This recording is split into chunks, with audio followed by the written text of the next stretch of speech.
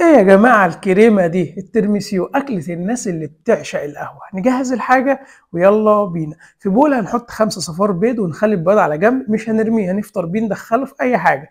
بعد كده نحط 5 معالق سكر كبار، وفي حلة على النار فيها مية سخنة نبدأ نحط البيض ونبدأ نقلب كده واحدة واحدة لحد ما يكون القوام بتاعها كريمي. بعد كده نحط معلقة فانيليا ونكمل تقليبة حلوة لحد ما نوصل للقوام ده. هنشيل ونسيبه يبرد على جنب، ودلوقتي هنبدأ نعمل الكريمة. بولة فيها كوباية كريمة وكيس كريم شانتيه وكوباية لبن صغيرة. أول حاجة نقلب بمضرب عادي، بعد كده نضرب بمضرب كهرباء عشان ما نبهدلش نفسنا.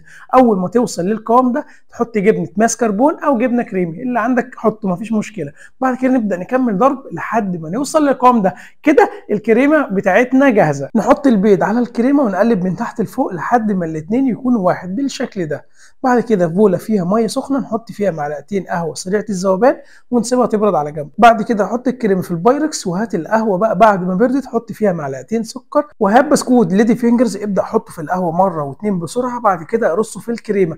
اعمل الصف ده كله وابدا حط طبقه كريمه مره تانية، واعمل نفس الحركه. هات البسكوت حطه في القهوه بس بسرعه عشان البسكوت ما يبوش، البسكوت طري وخفيف. بقول لكم ايه، حدوته. واخر طبقه على الوش هي الكريمه، ودخلها بقى التلاجة من 6 ل 8 ساعات، واطلع حط عليها شويه كاكاو كده. بقول لكم ايه، حاجه اخر دلع، سهله وبسيطه وده يبقى دوب. سلام.